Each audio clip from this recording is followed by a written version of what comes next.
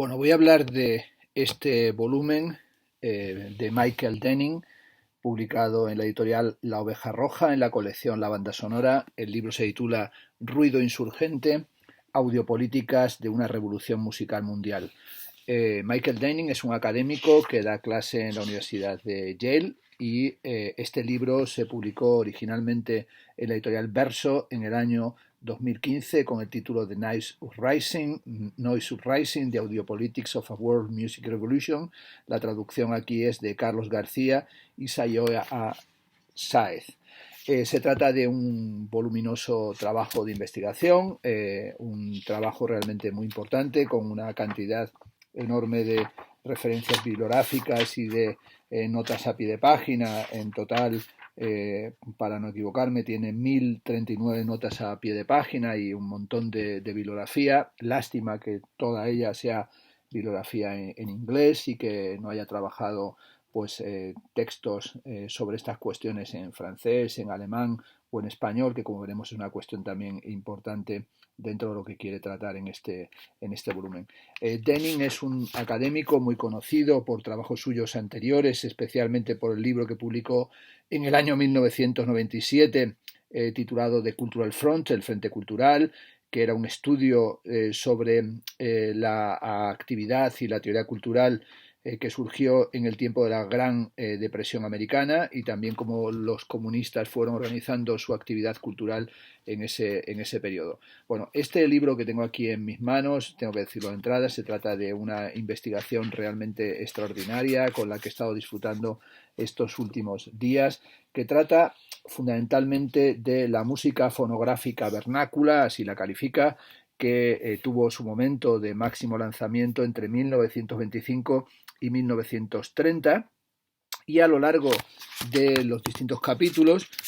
va a ir analizando esta cuestión. El primer capítulo se titula Giros, el paisaje de la música fonográfica vernácula 1925-1930. El segundo se titula La polifonía de los puertos coloniales, el espacio social de la revolución de la música vernácula. El tercero, Fonografiar lo vernáculo. El cuarto, La cultura fonográfica. El quinto, Descolonizar el oído, la revolución cultural de las músicas fonográficas vernáculas. El 6, Un ruidoso cielo y una tierra sincopada, sobre la transformación del oído musical. El séptimo, Remasterizar las 78 revoluciones por minuto. Es un libro, como aquí digo, muy extenso y bueno, realmente con una investigación muy prolija en la que analiza la música a través de los puertos coloniales y también todo el proceso de la descolonización y la relación entre música, técnica y transformaciones políticas y también modificaciones de los modos estéticos, y por tanto es un libro que resulta muy difícil comentar así como pretendo hacer yo en un vídeo de una forma sintética. Por tanto, en esta ocasión voy a tratar de ser todo lo breve que pueda, pero me perdonaréis si me extiendo un poco. El libro arranca con dos citas, dos referencias, una de Ranajit Guha, de su libro Elementary Aspects of Peace and Insurgency in Colonial India, y el segundo de Frantz Fanon, Los condenados de la tierra. Tan solo leeré la cita de Ranajit Guha, que dice que la insurgencia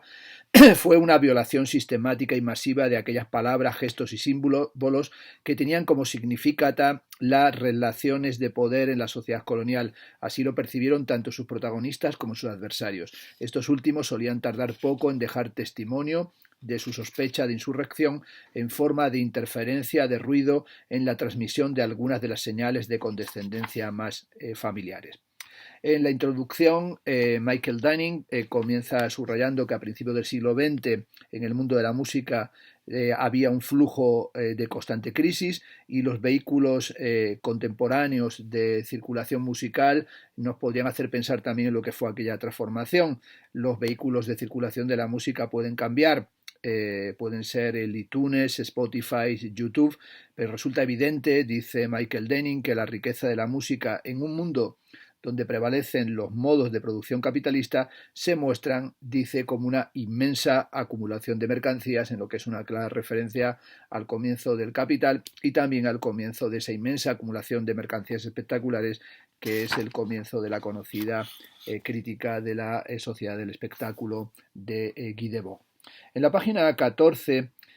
señala Michael Denning, y sobre todo en este capítulo introductorio donde está los sustantivos del marco teórico en el que se engloba esta investigación, que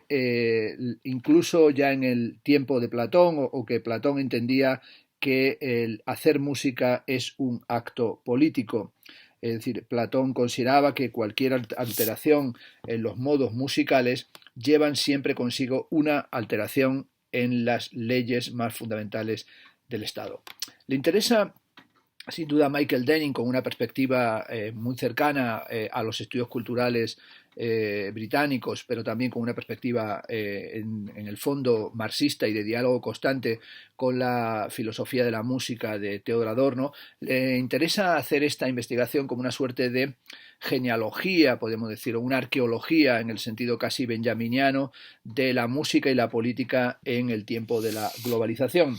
Así nos dice en la página 15 que este libro quiere ofrecer un relato alternativo de los orígenes de nuestro mundo musical, buscándonos no en el rock o en el pop americano, sino en una revolución mundial que tuvo lugar hace un siglo, es decir, en los pocos años en los que se realizaron las grabaciones eléctricas en 1925 y sobre todo de 1925 a la llegada de la Gran Depresión Mundial de los años 30, donde se produce lo que llama una insurrección sonora a través de una serie relativamente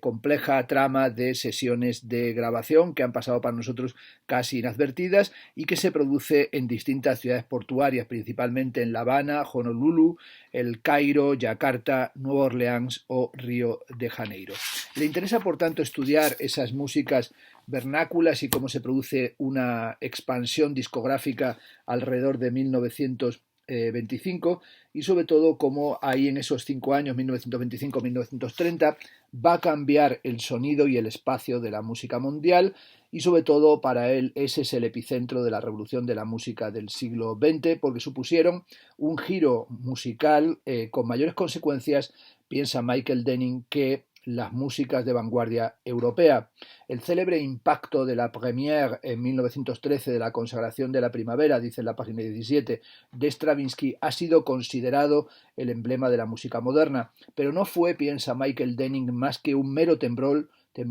comparado con las reverberaciones de las todavía ampliamente desconocidas grabaciones que generaron lo que llaman los modismos musicales vernáculos que siguen conformando las listas actuales de reproducción. Por ejemplo, el manisero, el son cubano del trío Matamoros, Evie Jevis, Tembleques, el tema de hot jazz de New Orleans tocado por Louis Armstrong, Dinah del jazz gitano de Django Reinhardt, Me fas cariños, Me haces caricias, la samba brasileña de Ismael Silva, había preguntado en una ocasión el cante hondo de Pastora Pavón, Incuns Asimi, si tuviera que olvidar, el tarab egipcio de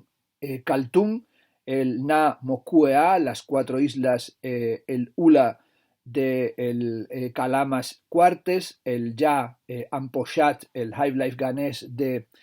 Kumasi Trio, la Musa Mistonga, el tango bonaerense de Rosita Quiroga y el Krontong de indonesio de Miss Rivoet.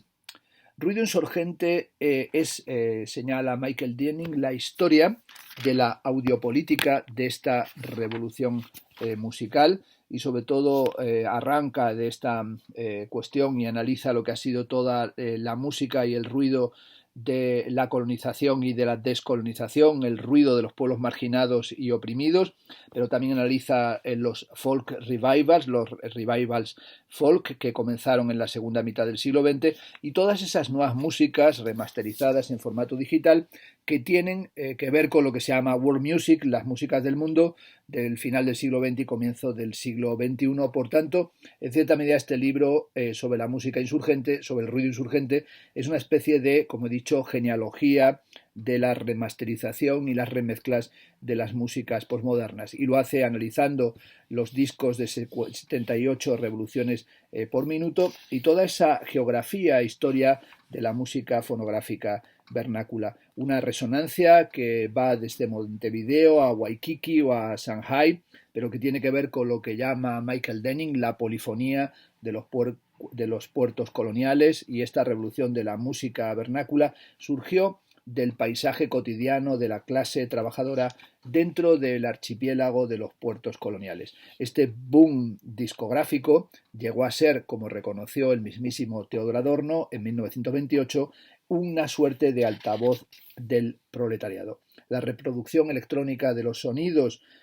jugando aquí con Walter Benjamin, va a tener que ver con la introducción de la vida cotidiana y una cultura musical que hace que friccione lo popular con lo culto, lo moderno y lo vernáculo con lo clásico, pero sobre todo va a convertirse en la banda acústica de toda una época, y tiene que ver también, como va a ir haciendo en este libro Michael Denning, con infinidad de reflexiones musicológicas desde los análisis de Theodor Adorno sobre el jazz, que creo que en este libro se hace una de las mejores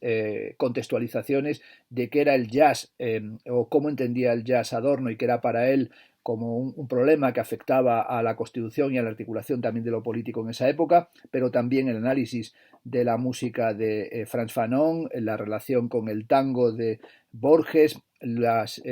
reflexiones musicales de Alejo Carpentier en torno a la música cubana,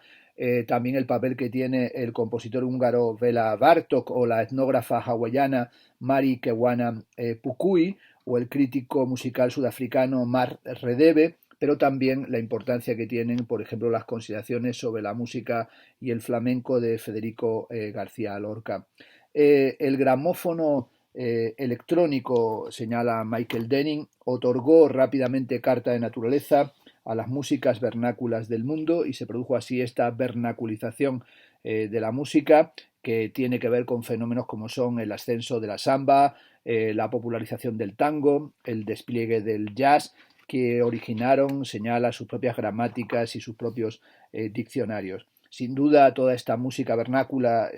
tiene que ver también con transformaciones de los modos del sentir colectivo, son canciones y bailes que tienen que ver con la industria del entretenimiento, de la distracción, y fueron, por tanto, modos de articulación de la vida cotidiana, pero también de creación de modos del consumo y de modos de fuga con respecto a los entornos del trabajo. La insurrección sonora de la que habla Michael Denning para él tiene un carácter profético, porque sobre todo arranca con todos estos puertos coloniales, pero luego va a moverse en el ámbito de la descolonización, de lo que llama el descolonización del oído, y luego va a ser recuperado, como decimos, por la world music y por los contextos de las remasterizaciones y de las remezclas posmodernas. Decía Marx que la transformación de los 5 sentidos es un trabajo de toda la historia universal, y para Marx el ejemplo fundamental era el de la música. Así decía Marx que solo la música despierta el sentido musical del hombre, y la más bella música no tiene sentido alguno para el oído no musical. Las músicas sin duda representan en esta dimensión vernácula el rechazo a la condescendencia, el amor al ruido por el amor al ruido, el canto del subalterno, y lo que Ranajig Guha establece como una sospecha de insurrección en la forma de la interferencia, del ruido, de la transmisión de algunas de las señales de condescendencia más familiares. Ruido insurgente, señala en la página 27 Michael Denning, no es solo una historia de la música, es más bien, en el espíritu de la tradición que va de Theodor Adorno a Ernst Bloch y a Jacques Attali y a Paul Gilroy,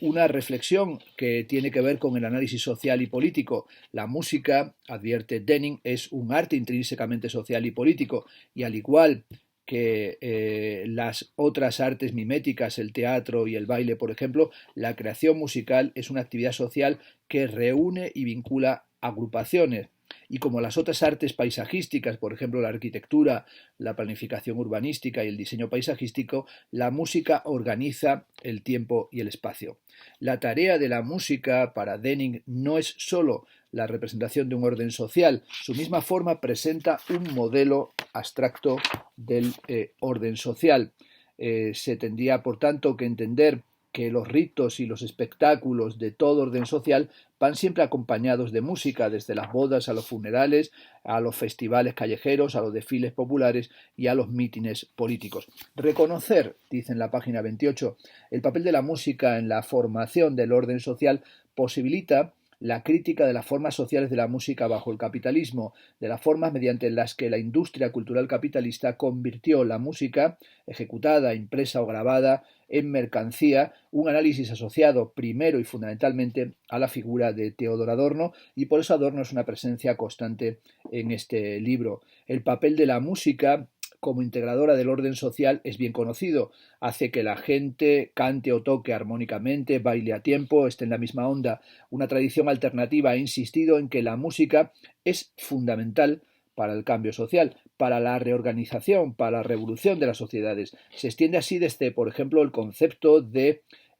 utopía musical de Bloch, pero también los análisis sobre la naturaleza profética del ruido que hizo Jacques Attali. Para Bloch, la música es una parte fundamental del principio de esperanza, y para Attali la historia de la música es también un modo de construcción de una poderosa historia de la filosofía y una sucesión de órdenes agredidos por ruidos proféticos, puesto que así crean nuevos órdenes inestables y cambiantes. Attali defiende que la musicología tradicional reconoce implícitamente esta dialéctica entre ruido y música cuando analiza la obra musical como, dice Attali, organización de un pánico controlado, de la transformación de la angustia en alegría, de la disonancia en armonía.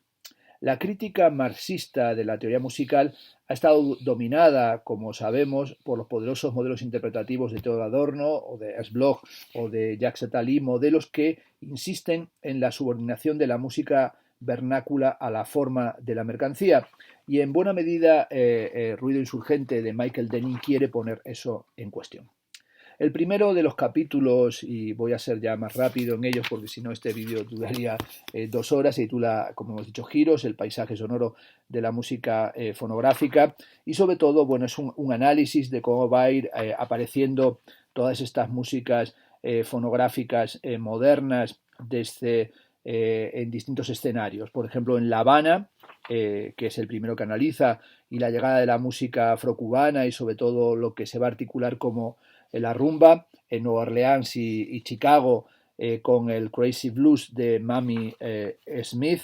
en Buenos Aires en el 1926 con la musa mistonga de Rosita Quiroga, y sobre todo lo que va a ser luego, bueno, lo que va a ser toda la herencia de los tangos de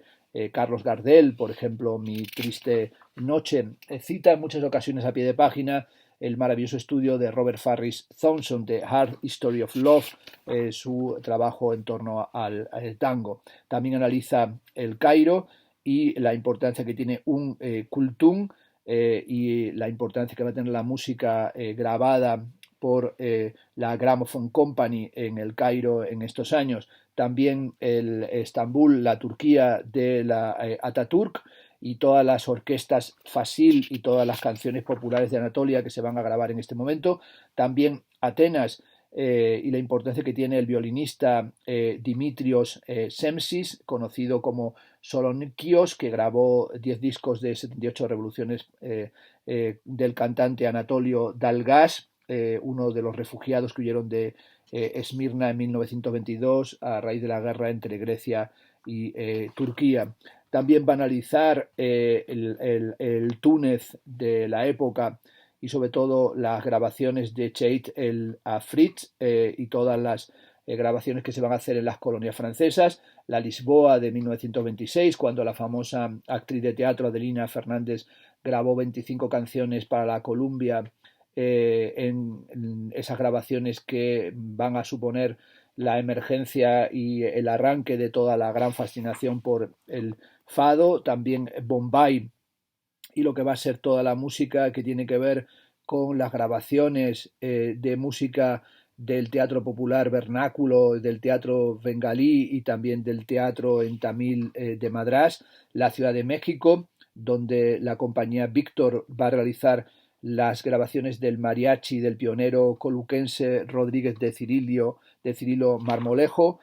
También va a analizar Yakarta en el año 1926, cuando la compañía belga Beca va a grabar a la joven cantante euroasiática Miss Riboet cantando la melodía Kronkong acompañada de violín, flauta y piano. Va a analizar también Puerto España a mediados del verano del 27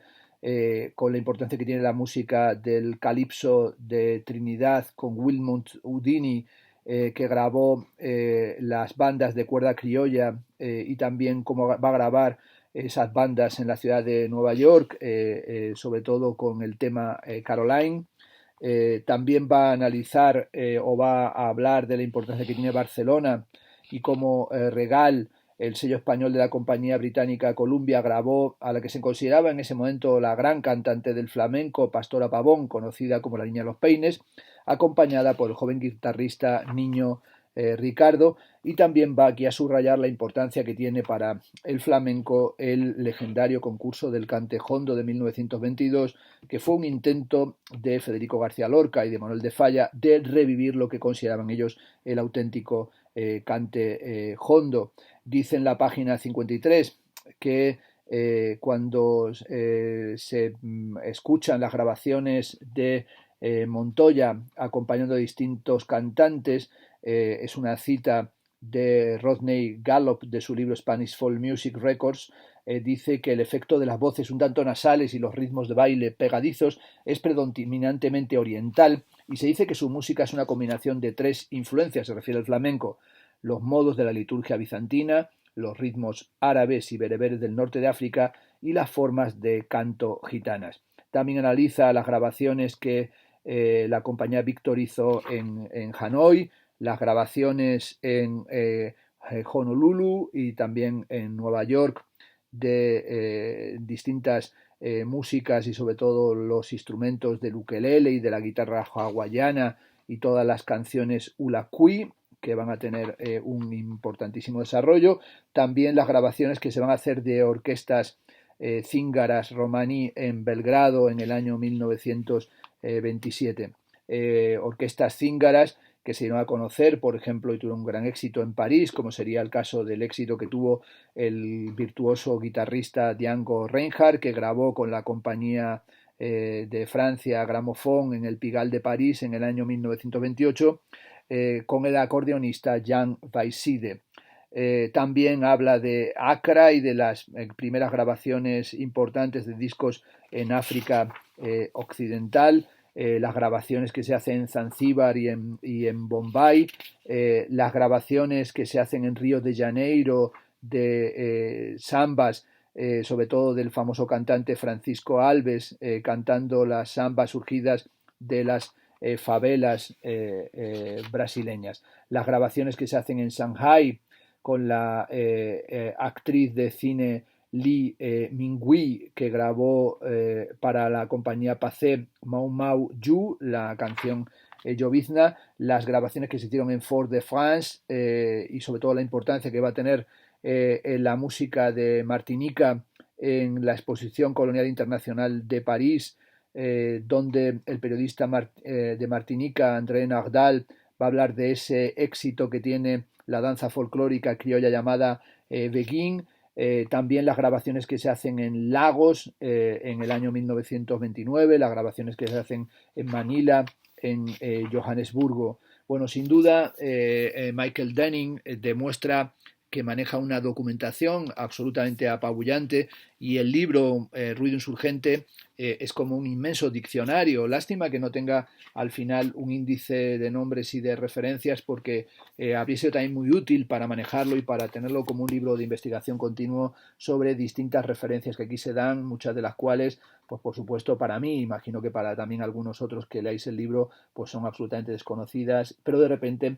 suscitan curiosidad. El segundo capítulo se titula La polifonía de los puertos coloniales, y bueno, va a ir hablando de cómo se va creando todos esos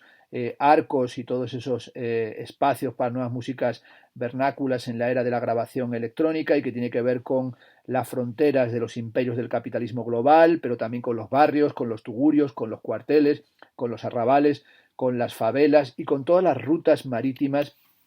y las líneas ferroviarias y de cables telegráficos que transportaban, dice en la página 74, personas, mercancías a través de los imperios. Bueno, incluye ahí evidentemente incluso mapas de lo que eran las principales rutas de la época, de los puertos coloniales y las rutas navieras y cómo se va creando una modernidad periférica en el sentido establecido por Beatriz Sarlo en su libro Una modernidad periférica, Buenos Aires 1920-1930, publicado por Ediciones Nueva Visión en 1988. Bueno, el segundo capítulo está dedicado, por tanto, a esta polifonía de los puertos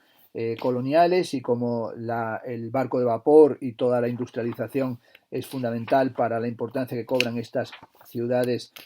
portuarias y cómo aquí se va creando una nueva construcción política. Perry Anderson habló de la proximidad imaginaria de la revolución social y de las coordenadas del modernismo, pero sobre todo estas culturas musicales que tienen que ver con las emigraciones y con todos esos emigrantes que llegaron a los puertos coloniales y que fueron conformando la masa crítica necesaria para articular toda esta cultura musical de las dos primeras décadas del siglo XX. Sobre todo esas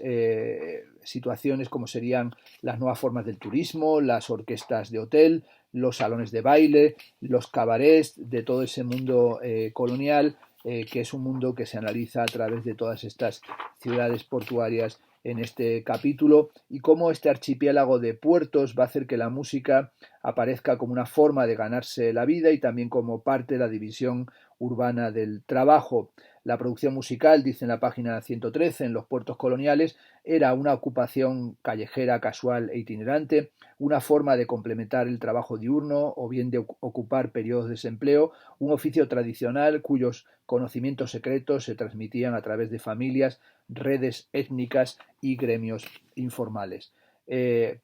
También de poblaciones itinerantes, como sería el caso del pueblo itinerante romaní, fundamental para la música cíngara, pero también de las movilizaciones y las migraciones de las clases trabajadoras que van a marcar también un impacto en los cambios de las modas y en las formas del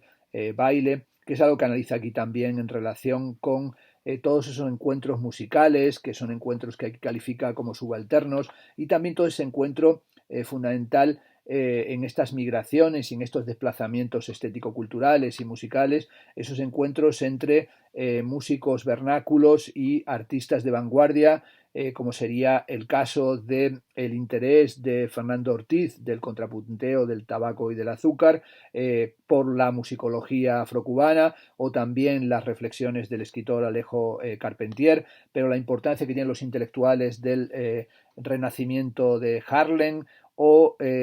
la importancia que tienen las reflexiones, como hemos dicho ya, de Borges en torno al tango o el interés de Federico García Lorca por el flamenco. El tercer de los capítulos, Fonografiar lo vernáculo, nos habla de la transformación del mundo de la música y de cómo el giro hacia lo vernáculo tiene que ver con la combinación de la grabación eléctrica y la música vernácula, que va a configurar una nueva era eléctrica del micrófono y del altavoz que aunó fonógrafo, radio y cine sonoro basándose en la diseminación de la música vernácula, y esto tiene que ver con un espacio musical mundial o un nuevo sistema mundo musical. En este capítulo va a analizar la industria musical en la era de la grabación electrónica y señala en la página 124 que para entender la singularidad de la formación del sonido en la era eléctrica sería, dice, de utilidad situarlo dentro de una historia más amplia de la grabación sonora. La historia, dice, puede dividirse en 4 periodos distintos. El primero sería el periodo de lo que llama la era acústica, que iría de 1920 a 1925, el segundo sería la era eléctrica, que iría de 1925 a 1948, el siguiente sería la era magnética, de 1948 a 1980, y el siguiente sería la era digital, desde 1980 hasta la actualidad. Cada tecnología, señala evidentemente Michael Denning, supone la formación de un sonido, una mezcla de formas económicas, relaciones espaciales ideológicas y justificaciones que estructuran las relaciones sociales de la música. La formación del sonido eléctrico, que abarcó desde mediados de los años 20 hasta la mitad del siglo XX, supuso algo más, dice, que la aparición de un nuevo tipo de reproductor sonoro. Marcó la relación simbiótica entre la grabación eléctrica, el cine sonoro, la emisión radiofónica y los sistemas de megafonía, lo que Steve Purcell llamó acústicas eléctricas. La creación, sin duda, de este ámbito del sonido es algo que tiene que ver con la aparición de nuevas formas de la escucha, que es algo que sin duda también interesó muchísimo a Theodor Adorno, cuando Adorno hablaba de esa degradación o de esa transformación de la forma de la concentración y cómo va a aparecer aquí una nueva era del entretenimiento electrónico, y es a lo que dedica pues este capítulo, que sobre todo nos va a hablar de las compañías y cómo van a ir haciendo todo su trabajo a través del mundo y cómo se va a producir una espectacular explosión de la industria musical a finales de los años 20, que llevó a la formación de un gran número de compañías y a la absorción también de pequeñas compañías y al despliegue de toda una industria a través del mundo, una industria que afectó, como decimos, a todos estos puertos coloniales, y sobre todo cómo la música va a crear, o esta explosión de la música grabada, un nuevo gremio musical mundial. Las grabaciones de música vernácula, dice en la página 153, no solo transformaron la industria musical, la economía del espacio mundial musical, sino también el sistema simbólico que estructuraba ese mismo espacio, ese sistema mundo imaginario que está cartografiando en este libro. Es algo que pone en relación con la idea de la República Mundial de las Letras, aquella idea que puso en marcha Pascal Casanova en su libro publicado en Harvard University Press en el año 2004 y traducido al español en la editorial Anagrama. Bueno, esta República Mundial de la Música es una república que tiene que ver con todo un interés también etnográfico y antropológico. Por ejemplo, Frances Desmore comenzó a grabar música indoamericana para la Smithsonian Institution, y también Bela Bartók, que en 1908 empezó a grabar las músicas y las canciones de los campesinos en Hungría, de los campesinos magiares. Pero también tiene que ver con toda esa fiebre del baile previa a la Gran Guerra, la fiebre del foxtrot y del tango, que asaltaron, por ejemplo, la ciudad de París en el año 1912, pero también cómo va a haber todo un arranque en los años 20 de grabaciones de tango, de jazz, de hula y de rumba, y esto va a cambiar las jerarquías musicales del periodo. Sin duda, es también importante subrayar cómo reaccionaron los musicólogos a toda esta emergencia de este nuevo sistema musical, desde el relato del compositor francés Darius Milhaud, cuando en el año 1924 se encuentra con la música del jazz, hasta los análisis del norteamericano Virgin Thomson en 1924, el interés que tuvo Aaron Copland en su trabajo sobre música moderna del 27, y también las polémicas intervenciones de los críticos europeos como Andrei Schäfer, autor del conocido estudio sobre jazz del año 1926, y sobre todo el polémico y tan discutido texto de Theodor Adorno de los años 20 y siguientes, donde desde el texto del 28 titulado La aguja y el surco, inauguró su crítica furibunda a los efectos de la grabación y de las músicas populares, y sobre todo cómo continuó, ¿verdad?, con todos sus textos sobre el jazz y contra el jazz. Es evidente que en torno al jazz, o en torno a qué se entienda por jazz, pues se debate gran parte de este libro sobre la música vernácula. En la página 162 señala que la confusión en torno al término jazz ha señalado discusiones y que se han personificado sobre todo en los ataques que se han hecho a Adorno por su conocido texto, esos ensayos de las décadas de los 20 y de los 30, y sobre todo cómo aparece como el gran antagonista de la música popular y de la música radiofónica. Los defensores, dice en la página 162 del jazz, han criticado mucho a Adorno por rechazar esa música, y sus defensores han argumentado, los defensores de Adorno, que lo que él llamaba jazz no era lo que los críticos de jazz consideraban que era jazz, lo que nos lleva a un recurrente debate. Esto es, Adorno se refería a las síncopas sinfonizadas de la orquesta de baile del hotel de Paul Wittemann o a las improvisaciones de Louis Armstrong. Analizar el debate de Adorno solo alrededor del jazz estadounidense, dice Michael Denning, nos lleva a una senda equivocada. Como muchos de sus contemporáneos, Adorno partió de la ambigüedad del término jazz y lo usó para volcar en él muchas de las formas de las músicas de baile modernos que surgieron tras la Gran Guerra. El jazz, dice Adorno, es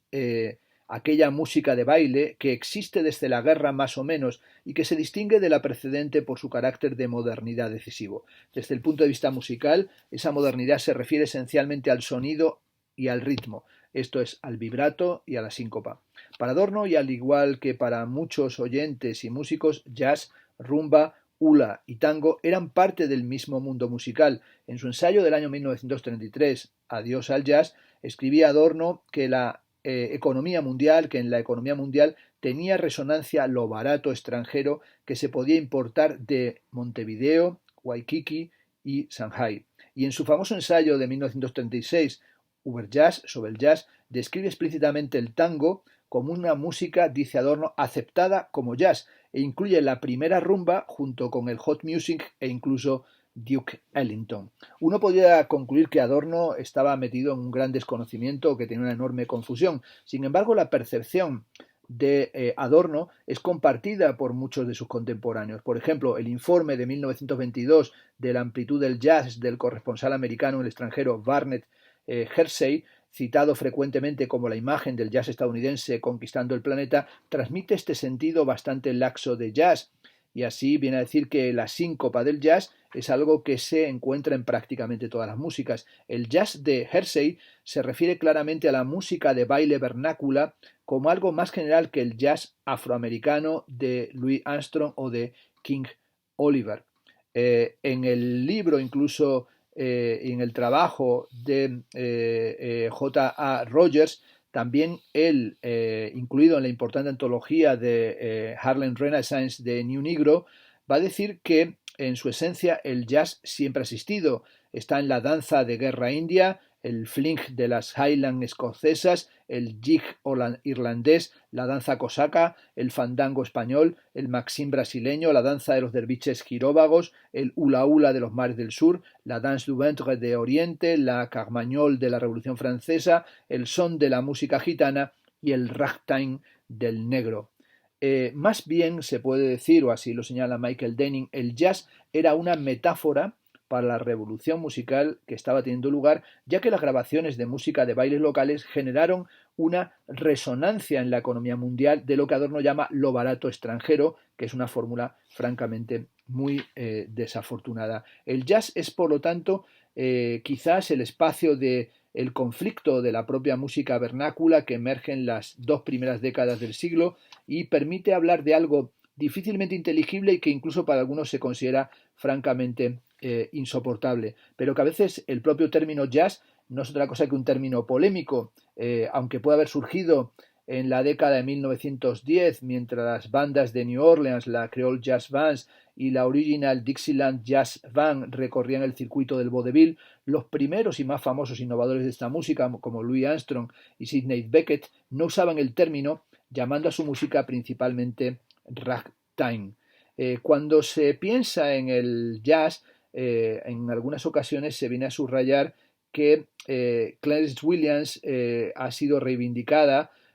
como el primero en usar la palabra jazz en una canción, a la vez que reivindica su procedencia comercial, tanto en Brown Skin Who You For como en Mama Baby's Boy. Usó la palabra canción jazz en la partitura y también reconoce un sentido más amplio al referirse al jazz como una suerte de éxtasis musical. No recuerdo, dice exactamente dónde viene la palabra, pero sí que recuerdo habérsela escuchado a una mujer mientras estábamos tocando "Oh, Jazz Me Baby", me dijo. El jazz era el éxtasis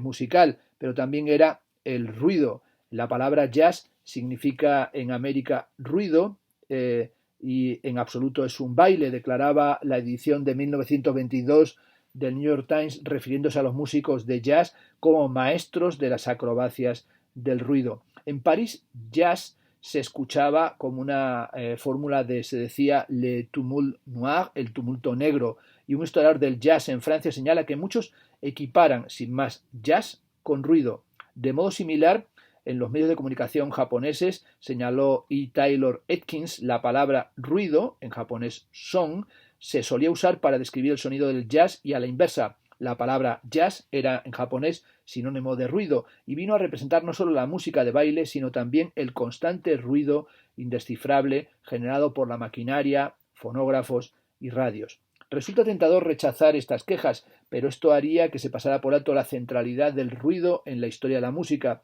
punto sobre el que insistió Jacques Attali en su libro Ruidos. La historia de la música es, indica Attali, una sucesión de órdenes agredidos por ruidos proféticos, puesto que así crean nuevos órdenes inestables y cambiantes. El ruido estaba asociado a las músicas y los sonidos de lo primitivo, y también, como sabemos, en estos años es muy importante toda esa estética en las vanguardias históricas del primitivismo, que es un asunto que aquí no se trata, pero con el que sin duda se podían establecer conexiones, y la revolución musical es una revolución tecno-vernácula, pero tiene que ver con esos nuevos modismos musicales que no eran sonidos agradables, sino que suponían la creación de nuevos órdenes musicales salidos del ruido de la máquina, del ruido de lo ingobernable, y ese ruido es el ruido, dice Michael Denning, de la multitud descolonizada. Todo esto le lleva también a analizar la importancia que tienen los análisis de esta música como música folclórica, pero también como una música que va a ser analizada, por ejemplo, por Borges cuando publicó su texto en el 1927, Ascendencias del Tango, o también los análisis del poeta brasileño Mário de Andrade cuando publicó también en 1928 su ensayo sobre la música brasileña, o los trabajos del folclorista Fernando Ortiz sobre la música afrocubana un año después, en 1929, o los ensayos de Alain Locke, que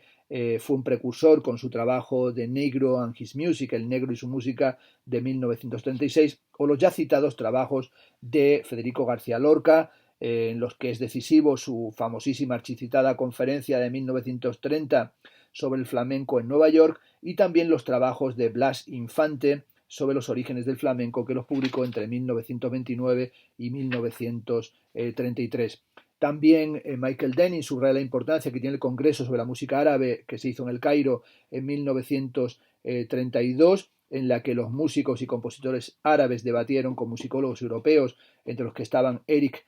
Orzbostel y Kurt Sachs, pero también la presencia de la cantante Kulthum, que cantó en conciertos nocturnos, de Mansur Awab y de Bela Bartok, que presentaron todo un conjunto de grabaciones sobre músicos del norte y del este de África. Sobre todo en este periodo de investigación, señala Michael Denning, las tres figuras comunes que sirvieron para comprender el nuevo ruido son las nociones de música folclórica, de música gitana y de música ligera. El primer marco para escuchar los discos vernáculos fue este de música folclórica, y tiene que ver con los análisis antropológicos sobre el folclore, y es algo que, por ejemplo, va a subrayar Alejo Carpentier en su análisis del son cubano, y sobre todo ese marco del folclore fue particularmente interesante para los intelectuales y para los antropólogos. Aaron Copland, en 1927, dirá que con el fonógrafo uno puede escuchar nuevos mundos de sonido, la sonora languidez del gamelán balinés, las dulzuras de las flautas incas del Perú, el impresionante virtuosismo de los cantantes de flamenco en Andalucía, y sería difícil exagerar la importancia de estos nuevos campos de exotismo musical abiertos por el fonógrafo. De hecho, el congreso ya mencionado del Cairo de 1932 va a insistirse en esa dimensión folclórica, con la importancia que tiene allí todo lo que es el trabajo de revisión de las músicas del folclore que hace Bela Bartok. También analiza y subraya aquí la importancia que tiene en toda esta cuestión del folclore, la aparición o todo ese análisis de las músicas vernáculas como músicas vinculadas con el burdel, como sería la idea de que el fado surge del burdel, o también la idea del pianista que toca en el burdel, que tendría que ver con la historia o la prehistoria de la música del jazz, o toda esa dimensión del tango y el burdel, que sería algo que también aparece en los textos de Borges. El segundo de los campos sería el de la música gitana, y esa idea de la música gitana tiene aquí su punto de anclaje en el texto del año 1859 de Franz Liszt, en el que Liszt sobre la música gitana va a generar una enorme controversia, planteando la cuestión de si los músicos gitanos eran originales o bien eran imitadores, pero también el polémico ensayo de 1931 de Béla Bartók, Música gitana, música húngara, entre interrogantes, en el que para Bartók los músicos gitanos son solo intérpretes y difusores de una determinada especie de música popular. El tercero de los campos de análisis es el que tiene que ver con la idea de música ligera y con toda esa cuestión de la easy listening, de la escucha fácil. En el año 1931, de nuevo, Béla Bartók describió la música zíngara como un ejemplo de la denominada música ligera y dijo que la multitud con formación media de zonas urbanas y semirurales demanda productos de masas. Alegrémonos de que en lo musical sientan inclinación por artículos industriales de menaje y no nos permitan incurrir en sueños utópicos de rápidas mejoras que son inalcanzables. El mismo Adorno, en 1928, insistía en la importancia de estudiar toda la esfera de la llamada música ligera, y Adorno dice que el kitsch, y no solo el jazz, sino por igual la opereta europea, la canción de moda, etc., son importantes, y es preciso, dice Adorno, introducir la crítica de operetas y revistas y tomar posición definida y acotada por todos lados. Es preciso, continúa Adorno, saber utilizar y defender el kitsch contra todo arte mediano, encumbrado, contra los ideales caducos de personalidad, cultura, etc. Adorno ahondó en este proyecto en su ensayo canónico de 1932 titulado Sobre la situación social de la música, que concluye con una poderosa consideración sobre el reino de la música ligera que reposa, dice Adorno, por debajo de la vida musical, por debajo de la educación y de la representación, y satisface inmediatamente necesidades y ciertamente no sólo las de la burguesía, sino de toda la sociedad. Toda esta dimensión, por tanto, de las músicas vernáculas como músicas ligeras, pero también como músicas, lo que nos hablan es de cómo toda esta cuestión del folclore, de la relación con la vida cotidiana, marcan esa importancia que tiene lo doméstico, lo nativo y lo indígena. El término vernáculo, que en la página 192 va a sobre todo defender como parte central de este libro, inserta un desvío lingüístico entre la forma artística y el pueblo, recordándonos no solo que la música es un tipo de lenguaje, sino que hay idiomas reconocibles en el musicar. Lo vernáculo ofrece la connotación de la lengua hablada. Las ideologías, dice en la página 194, de la música folclórica, la música gitana y la música ligera fueron, por mucho que fracasasen, valientes intentos de entender la revolución copernicana doble que estaba sucediendo en el mundo de la música, en el centro de la industria desplazada hacia la música grabada y el gremio hacia la música vernácula. El cuarto de los capítulos se titula La cultura fonográfica, la transformación de la música. Nos habla de todos los reproductores de sonido, de las bajadas de sus precios y cómo la bajada de los precios de esta tecnología hizo que fuera recibida y se difundiera, y cómo la cultura fonográfica de la clase trabajadora de los pueblos coloniales se constituyó en primer lugar como una cultura local. Es todo un movimiento, señaló Paul Gilroy en su libro The Black Atlantic, en Modernidad y Doble Conciencia, publicada por Harvard University Press en el año 1993, es todo un proceso de movimiento de artefactos culturales y políticos, de tratados, de libros, de discos gramofónicos y de coros. Toda esta transformación de la música como música comercial tiene que ver, por tanto, con un viaje de discos y con un cambio en el espacio y en el tiempo de la cultura fonográfica, que cambió a su vez en el modo en el que la música se aprendía y se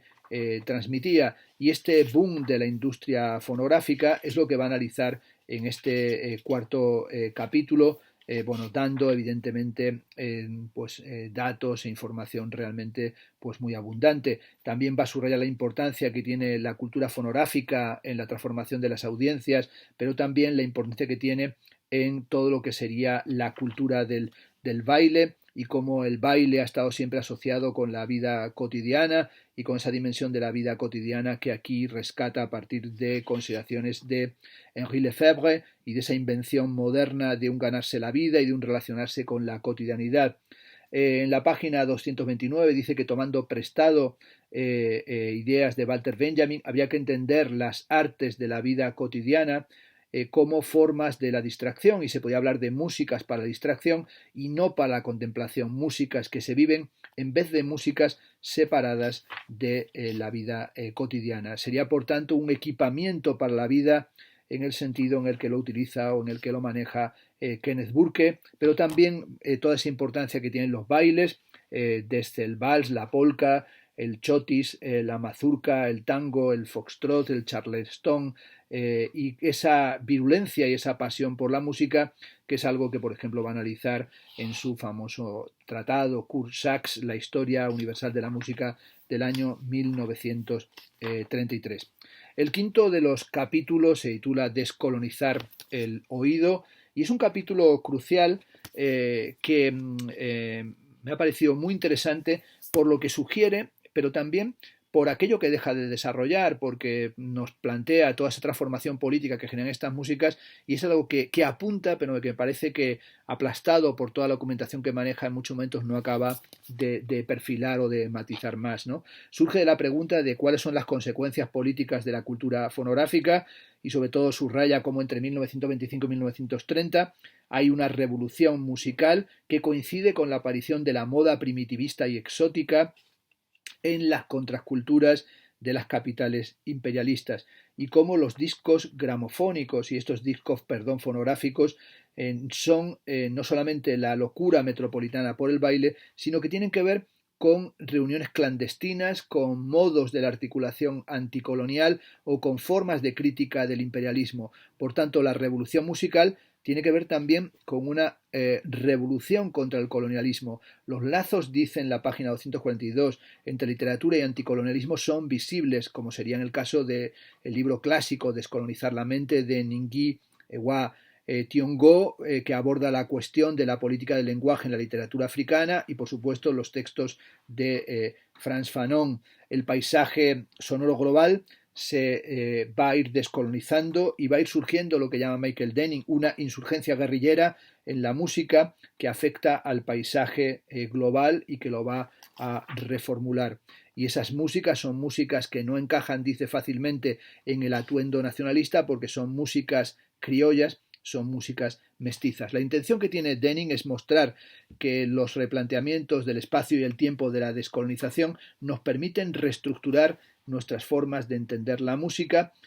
sobre todo en la clave de la crítica poscolonial, desde el orientalismo, el famoso estudio de Edward Said, a los estudios subalternos y a las nociones de modernidad colonial de Aníbal Quijano y de Enrique Dussel, y cómo ha cambiado nuestro juicio sobre la descolonización tanto en el espacio cuanto en el tiempo. La música, por lo tanto, vernácula, no sería la voz de su amo, no sería meramente una colonización del sonido, sino también una música decolonial o anticolonial, y las nuevas músicas del colonialismo, que crearon nuevas disciplinas del cuerpo a través del canto, el baile y del desfile y del modo de tocar los instrumentos, también van a moldear una descolonización del oído en ciudades como París, Berlín, Londres, Nueva York o Tokio, sea a través del jazz o a través de todas las otras formas de la música que en este libro y en este capítulo se analizan. Y sobre todo cómo va a tomar también los análisis de la música y sobre todo de la colonización y la descolonización de Frantz Fanon y de Edouard Glissant, y todo lo que tenía que ver con la dimensión de la autoexotización. La página 259 dice que entre los pensadores anticoloniales corrió la sensación de que los cambios en las artes populares, como la música y la danza, anticipaban la transformación psíquica y cultural que estaba comenzando a tomar forma, sea en la moda del baile, pero también en la moda de las canciones exóticas en Cuba, en Sudáfrica, en Nueva York, pero también en el México revolucionario y post-revolucionario. Dice que también existieron versiones anticolonialistas de los himnos comunistas y socialistas de la Internacional. Ho Chi Minh lo puso en palabras vietnamitas en 1925 y también se encontraría en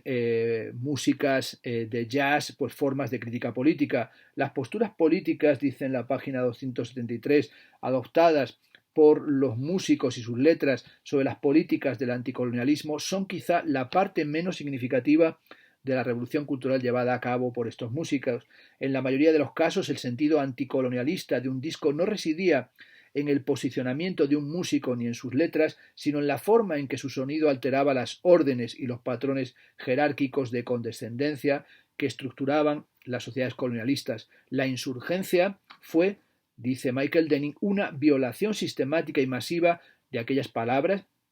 gestos y símbolos que tenían como significata las relaciones de poder en la sociedad colonial. Es algo que argumenta y que repite en este libro varias veces de la mano de Ranajit Guha en su célebre relato sobre los aspectos elementales de la lucha subalterna. Hay, por tanto, una violación y un desafío del orden musical, un desafío activo a la armonía social y, por tanto, el sonido adquiere aquí una profunda connotación política. Todo ese la historia de represión musical o la música como historia de la represión, va a surgir aquí un musicar popular o un musicar común que tiene que ver con las formas de descolonización, pero también con la propia música turística y con la comprensión del primitivismo. Todas estas tácticas contracoloniales son tácticas que tienen que ver con el descubrimiento, la distribución y el reconocimiento social de las músicas vernáculas, y es una parte fundamental de esta revolución cultural que tiene que ver con aquello que Walter Benjamin dijo sobre las escenas de multitudes de las primeras películas, que se podía trasladar a los discos fonográficos, es decir, encarnan el hecho de que todo hombre puede actualmente defender la pretensión de ser filmado. El personaje más característico, señala Michael Denning, de las ciudades portuarias quizás sea el migrante, y los topoi del lamento migrante proliferan en todas estas músicas que están obsesionadas por el desarraigo y por la búsqueda de las raíces. No hay tango en el que no aparezca la dimensión del arrabal, dice Borges, ¿no? La calmosa esperanza, ignoro si de la revolución social o de un organito. Esta dimensión, digamos, de nostalgia y esta dimensión también de migración tiene que ver también con la idea de el músico como una suerte de pregonero o como una suerte de vendedor ambulante. Esos vendedores ambulantes y músicos callejeros representan no solo las rutinas de la vida cotidiana, sino el lugar que ocupa la música de gramófono en la cotidianidad, como una especie de cantante callejero que pregona sus mercancías en todos los sentidos. Este capítulo sobre todo subraya lo que llama reverberaciones transcoloniales, y en la página 294 dice que la música constituye a los sujetos en tanto que sujetos sociales. Los ritmos de las canciones, bailes y desfiles fusionan cuerpos y voces. Por lo tanto, podría esgrimirse que un pueblo o movimiento debe constituirse musicalmente antes de que pueda hacerlo políticamente. Como sugirió Benedict Anderson hace 3 décadas, los nacionalismos de los siglos XVIII y XIX dependían de los libros y periódicos del capitalismo impreso, y se puede llegar a la conclusión de que los movimientos populares de la era de la descolonización dependían, irónicamente, de la acústica eléctrica de lo que él llama un capitalismo sonoro y de nuevas técnicas y músicas urbanas plebeyas que circularon alrededor del mundo. Estos discos fonográficos vernáculos representaron con su sonido propio una exploración del orden social por venir y también una improvisación del mundo postcolonial. La noción de resonancia que maneja aquí Denning la toma de Ron Rádano cuando habla de que el sonido que llega desde un origen ilocalizable, la otra vida de una concepción sónica, negativa, nos habla de la causa ausente que representa el mundo exterior audible. El capítulo sexto, y voy a ir concluyendo, habla de esta transformación del oído en el sentido ya establecido por el joven Carlos Marx en sus manuscritos, y de ese oído musical que tiene su historia y tiene que ver con la formación y transformación de los sentidos, pero también con las redes tecnológicas y los sistemas de trabajo, y es algo que nos habla de un paisaje sonoro en el sentido establecido por Murray Schafer en su libro El paisaje sonoro y la afinación del mundo. La cuestión es cómo sonó esta revolución musical, pero también cómo se escuchaban estos discos, cómo se escuchaban y qué papel tenía la escucha de estos timbres ruidosos, es decir, cómo se entendió esta dimensión de lo que se llamaba contrapunto tímbrico o estas nuevas texturas tímbricas en estas músicas, en estas grabaciones de música vernácula, en la que fue muy importante la guitarra, que la guitarra fue ubicua y va a aparecer en todos los modismos musicales vernáculos, y la guitarra y todos sus parientes cercanos, la mandolina, el tres cubano, el cavaquinho de la samba, el cuatro del calipso, la guitarra portuguesa del fado, la viola da francha, o bien el bouzouki del rebético o el ukelele utilizado en Hawái, o la vihuela y el guitarrón de los mariachis mexicanos. En Andalucía, dice en la página 310, el toque de guitarra cobró todavía mayor centralidad en la tradición flamenca, ocupando su lugar junto al cante, el baile y las palmas, en gran parte debido, subraya Michael Denning, a las tecnologías de grabación eléctrica que permitieron que la guitarra pudiera llegar a tener más intensidad sonora y que permitieron que la guitarra tuviera tanto melodías principales cuanto el archiconocido acompañamiento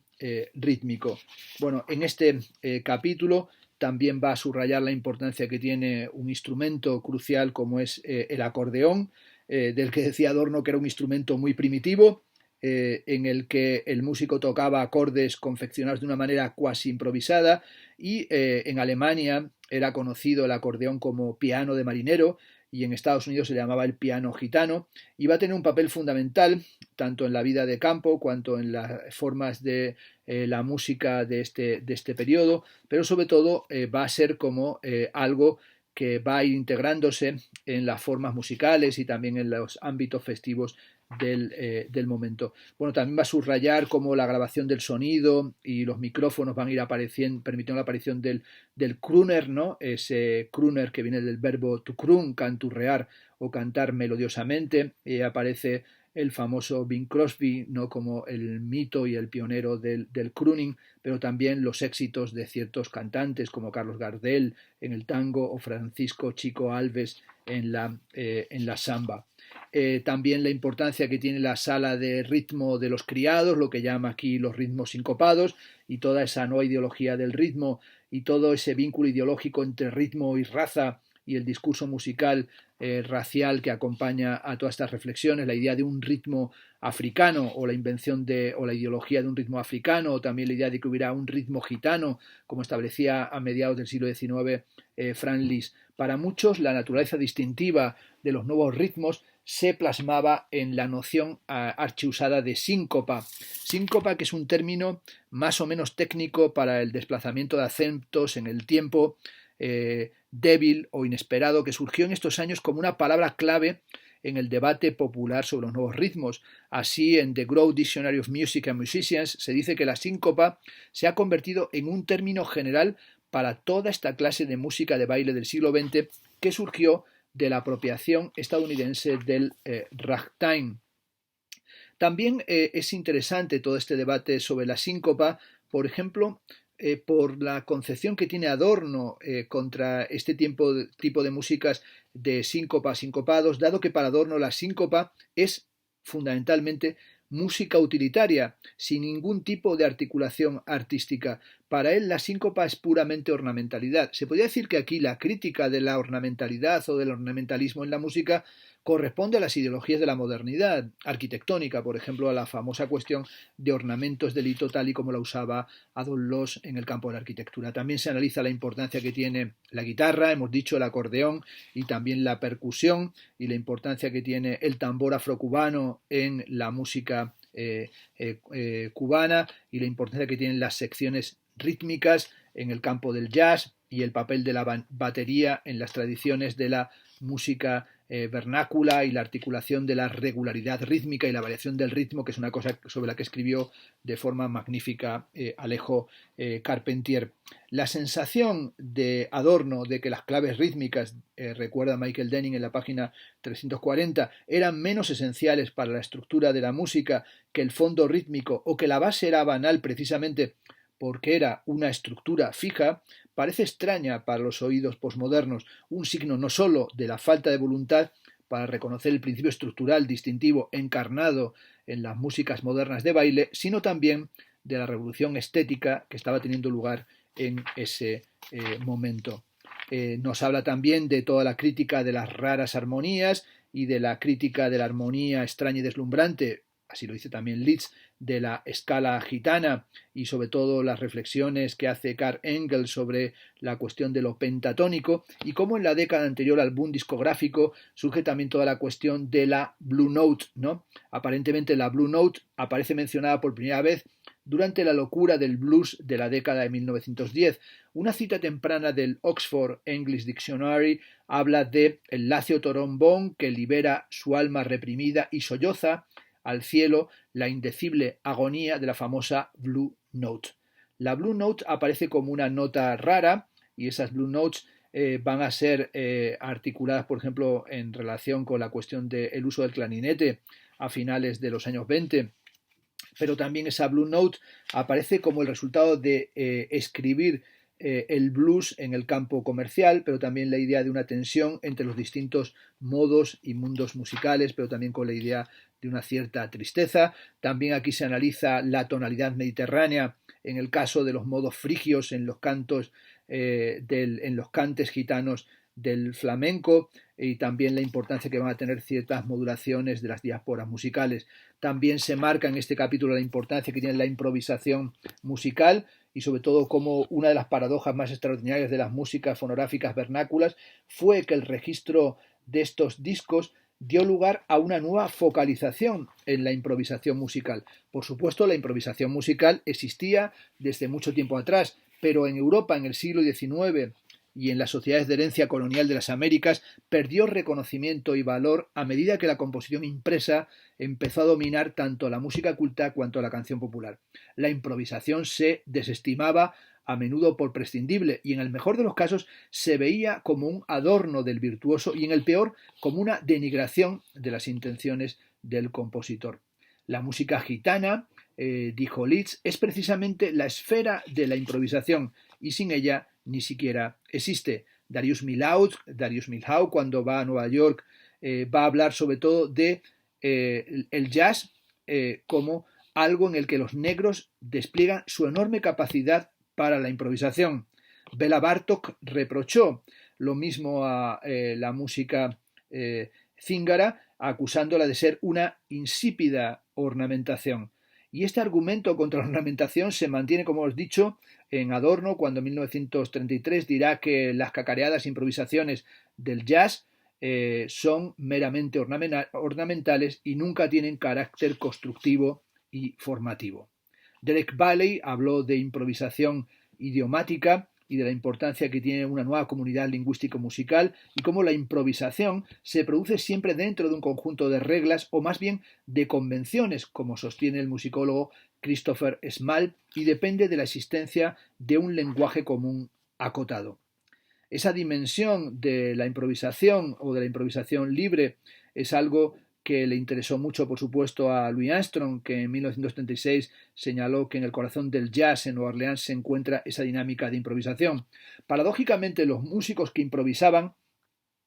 evitaban pronunciar la palabra improvisación. Los improvisadores idiomáticos, señala Derek Bailey, al describir lo que hacen, utilizan el nombre del modismo musical de la expresión idiomática musical determinada. Ellos tocan flamenco o tocan jazz. Algunos se refieren a que lo hacen como simplemente tocan. En la mayoría de las tradiciones musicales del mundo, la palabra improvisación tiene poca importancia, ya que lo que hemos estado llamando improvisación es solo la forma normal del musicar. Christopher Small dice que esto es tocar y que esto es trabajar o hacer una cierta forma de música. Se grabaron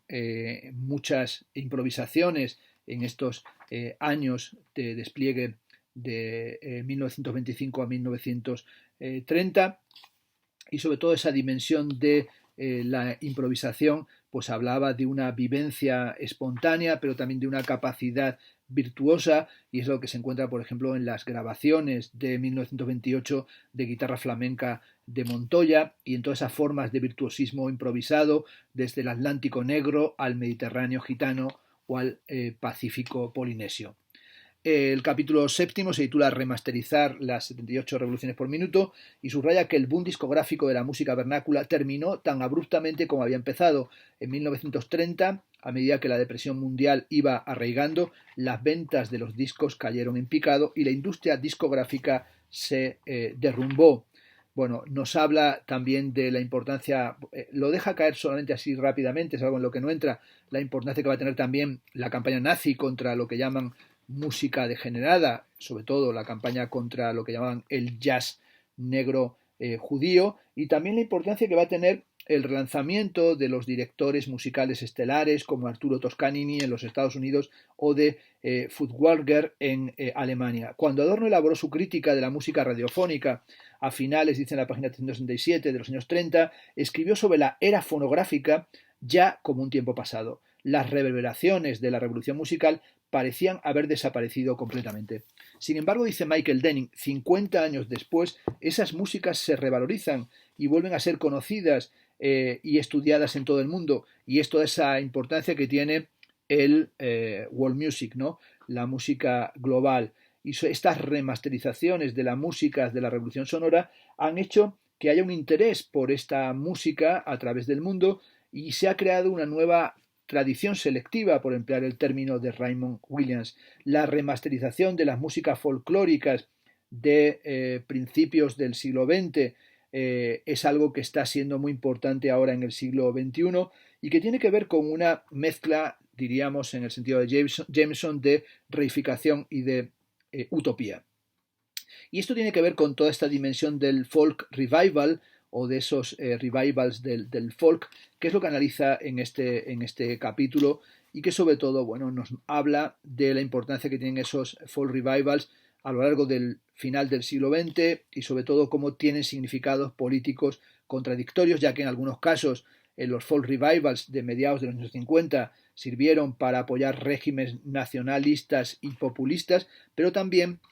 tienen un carácter a veces de insurgencia o de contestación cultural. La movilización estatal, dice en la página 389 de la música popular, fue un proceso contradictorio, como se puede apreciar en las relaciones del fado, el flamenco y el rebético con los regímenes fascistas del sur de Europa, y es algo que en nuestro país evidentemente pues supongo que a nadie se le escapa. Va a analizar aquí las antinomias de las músicas del mundo, subrayando cómo a partir de la década de 1980 las músicas vernáculas grabadas que habían revivido durante medio siglo anterior como músicas populares empezaron a entenderse como músicas del mundo, y esto es todo este fenómeno de las globalizaciones estéticas en la era neoliberal, ¿no? Y cómo aparecen todas esas dimensiones de interés por la música brasileña, como serían las antologías Luaca Bob, articuladas por David Byrne, pero sobre todo los trabajos, por ejemplo, tan característicos como serían los del Buenavista Social Club, que articuló el guitarrista estadounidense Ray Cooder con músicos cubanos, ¿no? Toda esta dimensión de los relatos de las músicas urbanas contemporáneas y esta revisión de los cánones establecidos, sobre todo, bueno, pues dice que tienen materiales, hoy tenemos materiales fundamentales para estudiarlos, como sería la recopilación en 5 CDs de Harry Smith, The Secret Museum of Mankind y la Anthology of American Music, publicada medio siglo antes, que dice que son fundamentales Michael Denning para la composición de este libro y sobre todo para el estudio de la música vernácula. El fenómeno para él decisivo del siglo XX es este periodo de 1925-1930 y sobre todo cómo este fenómeno se globaliza contemporáneamente y cómo sobre todo permite hoy hablar de los cambios sociales en este momento, ¿no? Dice en el final del libro, ¿no? La segunda revolución musical, desencadenada por el ruido insurgente de finales de los años 20, exige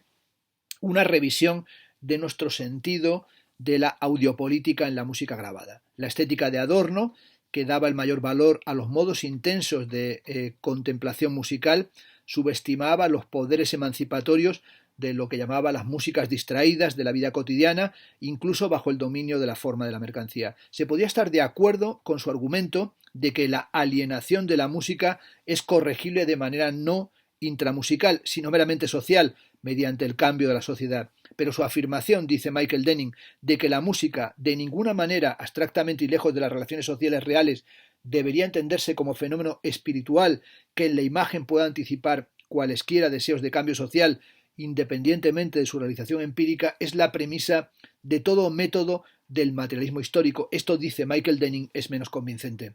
La esquizofonía del sonido grabado es la condición misma, dice en el final del libro, de nuestro mundo social. Y sobre todo lo que él está buscando es nuevas reverberaciones inesperadas que tengan que ver con nuevas formas de solidaridad a través del espacio y del tiempo. En la última página del libro, en la página 404, dice que si las músicas fonográficas vernáculas fueron no solo una revolución técnica, sino también una revolución cultural, si su propio sonido prometió una música más allá de los órdenes raciales del colonialismo y la ocupación, una música más allá de la forma mercancía y los procesos productivos del capitalismo, entonces permanece ahí una promesa incumplida y una revolución inacabada. Ernst Bloch escribió una vez que nadie ha escuchado todavía a Mozart, Beethoven o Bach como realmente llaman, nombran, enseñan. Esto sucederá mucho más tarde, en la madurez más completa de estas y de todas las grandes obras. Tampoco, concluye Denning, nadie ha escuchado todavía las reverberaciones completas de los discos vernáculos de goma laca, de samba, hula, kronkong, música cíngara, de jazz y de maraví. Bueno, este proyecto tremendo, ¿no? Enorme, de Michael Denning, de aproximarnos a las audiopolíticas de una revolución musical mundial, como proyecto que estoy convencido que tendrá continuación y que continuará el propio Michael Denning u otros, o que otros partirán de sus investigaciones en las que sintetiza tanto material existente en torno a estas cuestiones. Sobre todo lo que nos habla, y me parece lo más importante, es de la articulación política de la estética musical, y hace una revisión, ya digo, muy afortunada de algunos planteamientos adornianos, sacándolos de la mera inercia repetitiva geográfica y por lo tanto ruido insurgente, audiopolíticas de una revolución musical mundial, de Michael Denning, publicado en la colección La banda sonora de la oveja roja. Es, como digo, un libro excelente, es una de las novedades, me parece importantes, que lo tenemos ya al comenzar este año 2020, y a todos los que os interese la música, la estética, la política, la teoría de la cultura, la teoría de las artes contemporáneas, os recomiendo con auténtico entusiasmo este libro, que a mí me ha tenido 2 días muy entretenido.